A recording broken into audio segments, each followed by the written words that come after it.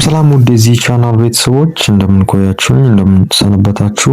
እንግዲህ በምዕራፍ 2 ከፔዲያትሪክ የወጡ የጊት ኤግዛም ጥያቄዎችን መስራት ጀምረናል። ዛሬ እንግዲህ በክፍል 12 ከባለፈው የቀጠሉ ጥያቄዎችን እናያለን። እንግዲህ ለዚህ ቻናል አዲስ ከሆናችሁ ሰብስክራይብ በማድረግ እንደዚህ የአዳዲስ የጊት ኤግዛም ጥያቄዎች ሲለቀቁ ብሎም ደግሞ ወደፊት የሲኦሲ ጥያቄዎችንና ከነርሲንግ ጋር የተገናኙ ቪዲዮዎችን ስለምንለቅ ከወዲሁ ቤተሰብ የሆናችሁ እንግዲህ ኖቲፊኬሽን እንዲደርሳችሁ ያድርጉ። ቀጥታ ወደ ጥያቄዎች ነው።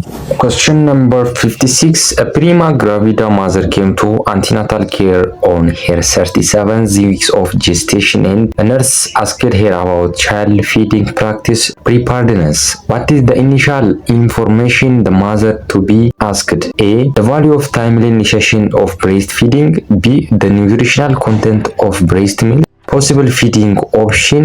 D. The effect of maternal food to the nutritional quality of the breast milk ይለናል። እንግዲህ ፕሪማ ግራቪዳ ማዘር ናት። እንግዲህ የመጀመሪያው እርግዝና ነው። 37ኛ ዊክ ላይ ናት። እንግዲህ ኤንሲ ፎሎ አፕ ላይ ናት። ሶ ነርሱ እንግዲህ አሰስ እያደረገ ነው። እንግዲህ ልጁ ከመወለዱ በፊት ከፊዲንግ ፕራክቲስ ኦፍ ፕሪፓርድነስ ጋር በተገናኘ እንግዲህ አሰስ እያደረጋት ከቅድመ ወሊድ በፊት እንግዲህ ከፊዲንግ ጋር በተገናኘ ምን አይነት ነገሮችን ማድረግ አለባት የሚሉትን ነገሮች እያወሩ ነው። እንግዲህ ጥያቄው ምለን እንግዲህ መጀመሪያ እንግዲህ ኢኒሻል ኢንፎርሜሽን ወይም የመጀመሪያው እናትየዋ መጠየቅ አለባት እንግዲህ የትኛው ነው ይለናል። እንግዲህ እናንተ ፓውዝ አድርጋችሁ ለመመለስ ሞክሩ። ምርጫ ላይ the value of timely initiation of breastfeeding ይለናል። ሶ ይሄ እንግዲህ በጣም አስፈላጊ ነው። ነገር ግን እናትየዋ ፊዲንግ ፕላኑ ይሄ ይሁንልኝ ይሄኛውን እመርጣለሁ ብላ ከነገረችን ኋላ አብራርተን ካስረዳናቷና ይመጣ ነው። ስለዚህ breastfeeding ኢኒሺየት ማድረጉ እንግዲህ አፍተር ነው የሚመጣው፣ ኢኒሻሊ የሚመጣ አይደለም። ስለዚህ ኤርሊ ኢኒሺዬሽኑን እንግዲህ የትኛው ኦፕሽን አሪፍ ነው የሚለውን ነገር ሳንነግራት እንግዲህ ወደ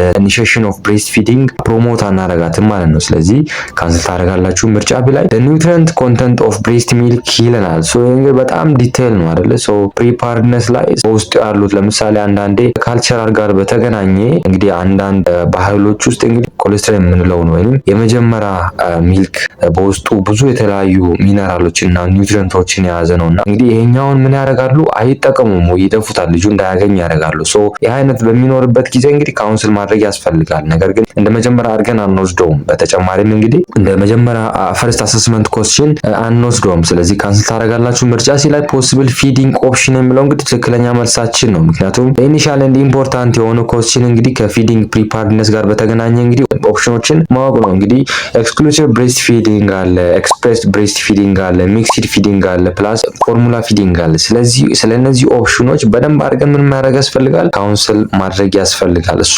በመረጠችው ሁኔታ ማለት ነው። ጠቃሚ የምንለውን ወይንም ለሷ በጣም ቆንጆ ነው የምንለውን በማስደገፍ እንግዲህ ካውንስል እናረጋታለን። ስለዚህ ኢኒሻል ፕሪፓርድነስ ከምንላቸው ውስጥ የመጀመሪያው እንግዲህ ምርጫ ሲ ላይ ያለው ነው። ምርጫ ዲ ላይ the effect of maternal food on breast milk quality ይሄ እንግዲህ በጣም አድቫንስድ የሆነ ቶፒክ ነው አይደለ? ሶ እንደ ፈርስት ፕሪፓርድነስ አሰስመንት እንግዲህ አንወስደውም። ስለዚህ ምርጫ ሲ ላይ ያለው መልሳችን ይሆናል ማለት ነው። ሶ ኤንሲ ፊዲንግ ፕሪፓርድነስ ላይ እንግዲህ በጣም አስፈላጊ የሆኑ ምክሮች ከምንላቸው ውስጥ አንደኛው እንግዲህ ብሬስት ፊዲንግ ነው። ሶ እንዴት አድርጎ መማር ይችላሉ? እንዴት አድርጎ ብሬስት ፊድ ማድረግ ይችላሉ?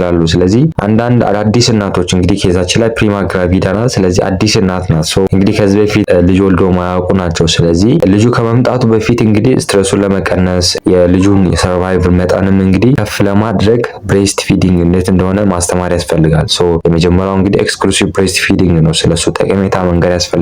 ሶ አዘር ኮንዲሽን ጋር በተገናኘ እንግዲህ ኤክስክሉሲቭ ብሬስት ፊዲንግ ማታረግ ከሆነ እንግዲህ ስለነዛ ጠቀሜታዎች በደንብ አድርጎ እንግዲህ መንገር ያስፈልጋል። ሌላኛው እንግዲህ ኤንሲ ፊዲንግ ፕሪፓርድነስ ላይ እንግዲህ ሃርሞን ፋክተሮችን ለመቀነስ ይረዳል። እንግዲህ አንዳንድ ቤተሰቦች እንግዲህ እነዚህ ከውሃ ጋር በተገናኘ ወይንም ፎርሙላ ፊዲንግ በጣም አሪፍ ነው የሚል እንግዲህ አስተሳሰብ ወይንም መረዳት ሊኖራቸው ይችላል። እንግዲህ ከብሬስት ፊዲንግ ጋር ኮምፔር በምታደርጉበት ጊዜ ልክ አይደለም። ስለዚህ ይሄ ነገር ልክ አይደለም፣ እንደዚህ ማድረግ አለብሽ ብለን እንግዲህ መንገር ያስፈልጋል። እነዚህ ሃርሞን ፕራክቲስ እንግዲህ ልጁን እንግዲህ ላላስፈላጊ ኒውትሪሽናል ዲፊሸንሲ ሊያመጡ ስለሚችሉ ስለሚችሉ ማለት ነው። በተጨማሪም ክሪቲካል ስለሆነ እንዲህ አይነት ሃርሙፉል ፕራክቲሶች ካሉ እንግዲህ ምን ማድረግ ያስፈልጋል? እነሱ ካውንስል ማድረግ ያስፈልጋል። ሌላኛው እንግዲህ ኤርሊ ኢኒሺዬሽን ብሬስት ፊዲንግ ማድረግ እንግዲህ የህፃናቶችን ሞት በ22% ይቀንሳል። ይሄም ብሬስት ፊዲንግ ማድረጋቸው እናቶች እንግዲህ ኒሞኒያ እና ከዲያራ ጋር በተገናኘ ለሚመጡ ሞቶች እንግዲህ መቀነስ ይችላል። ስለዚህ በደንብ አድርገን ኤርሊ ኢኒሺዬሽን ኦፍ ብሬስት ፊዲንግ የህፃናቶችን ሞት እንደሚቀንስ መንገር ያስፈልጋል፣ ካውንስል ማድረግ ያስፈልጋል። ሌላኛው እንግዲህ እናትዋን ኤምፓወር ማድረግ ያስፈልጋል።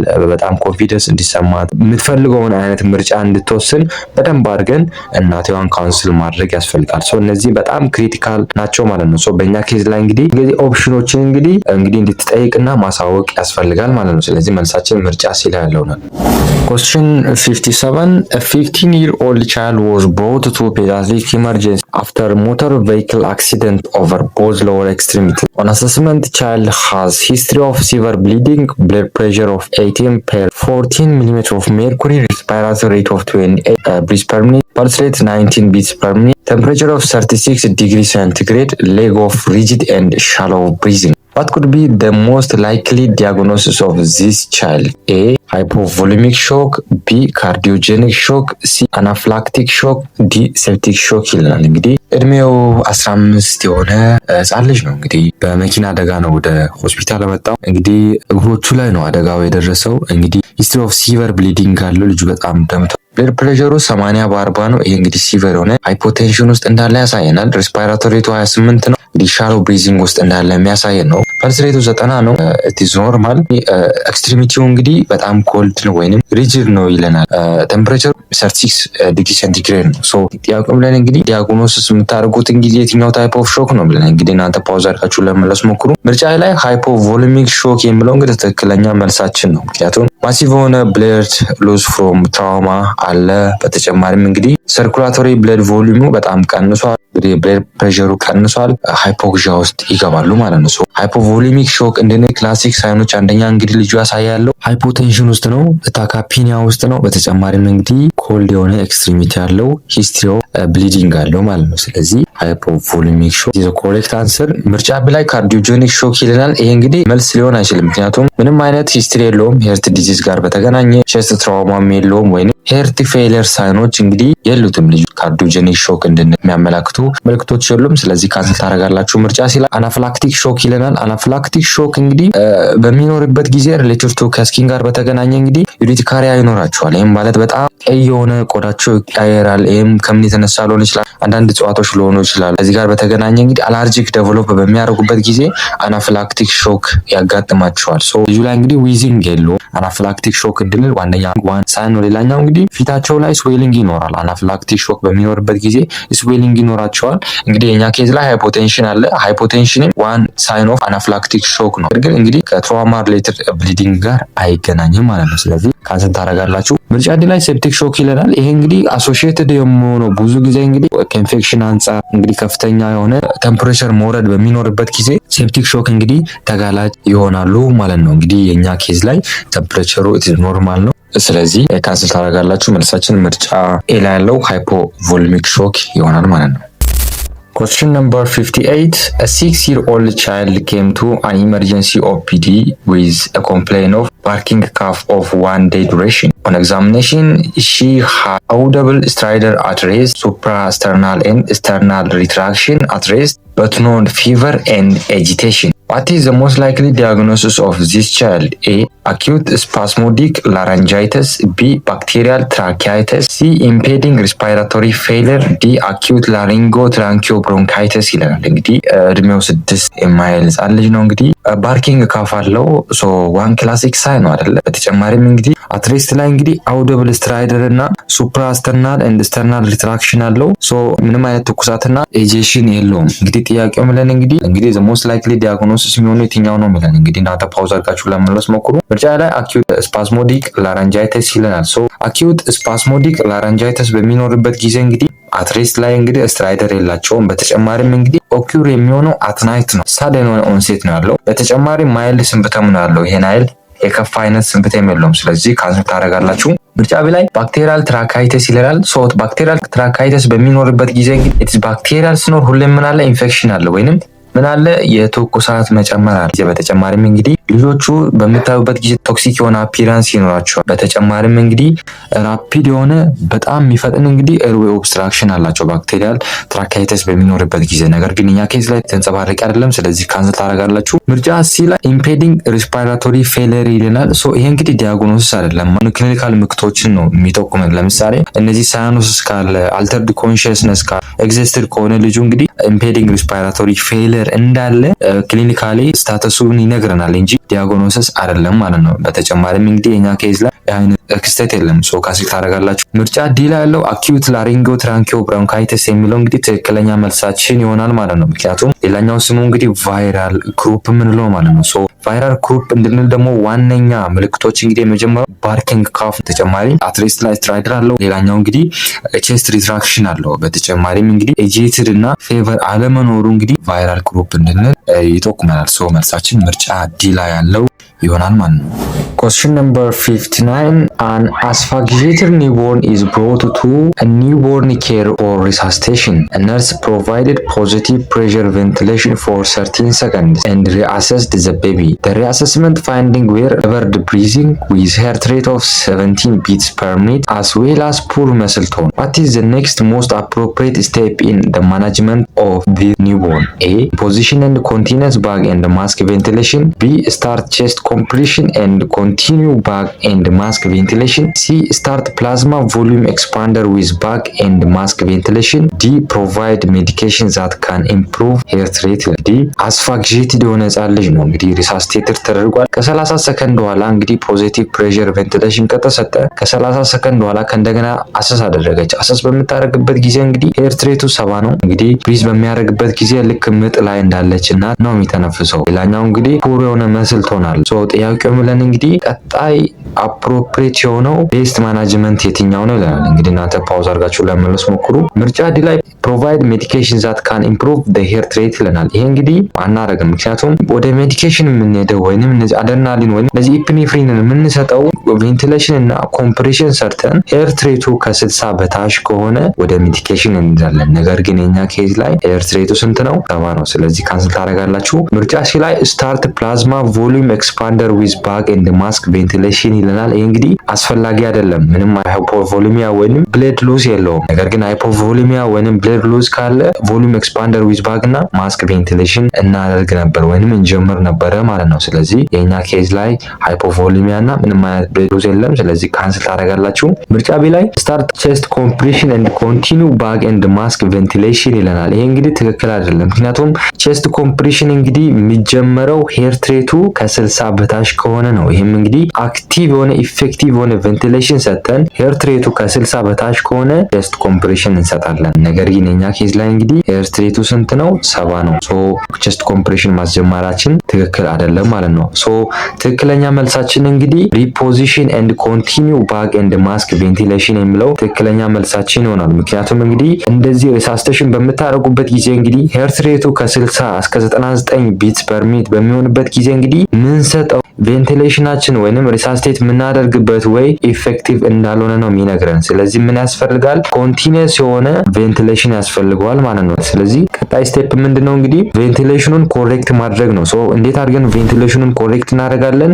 አብሪቬሽን ኦፍ ሚስተር ሶፕ ኤን በመጠቀም ማለት ነው። እንግዲህ የመጀመሪያው ማስክ አጀስት ታደርጋላችሁ። ማስኩን አጀስት ካደረጋችሁ በኋላ ወደ ሁለተኛው ትሄዳላችሁ። አር ስታንድስ ፎር ሪፖዚሽን ኦፍ ኤርዌይ። ሶ ሪፖዚሽን ኦፍ ኤርዌይ ታደርጋላችሁ። የትኛው ፖዚሽን ነው? እንግዲህ ኒውትራል ፖዚሽን ላይ ታደርጋላችሁ። ዘን ኤስ ስታንድስ ፎር ሳክሽን፣ አስፈላጊ ከሆነ ሳክሽን ታደርጋላችሁ። ቀጥሎ ምንድነው?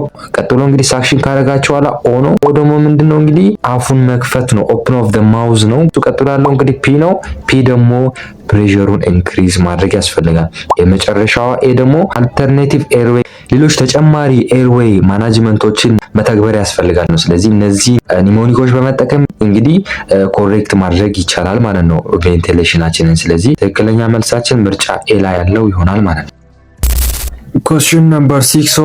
A 10-year-old child was brought to an emergency OPD after sustained injury over posterior trunk and lower extremities. On examination, the child had active bleeding, blood pressure of 88/40 mm of mercury, and temperature of 36.4 degrees centigrade. The child also had decreased urine output, dry skin, unable to move the lower extremity, and sustained deep partial thickness burn. Nearly 20% of total body surface area was affected. What is the most likely complications that the child is suffering from?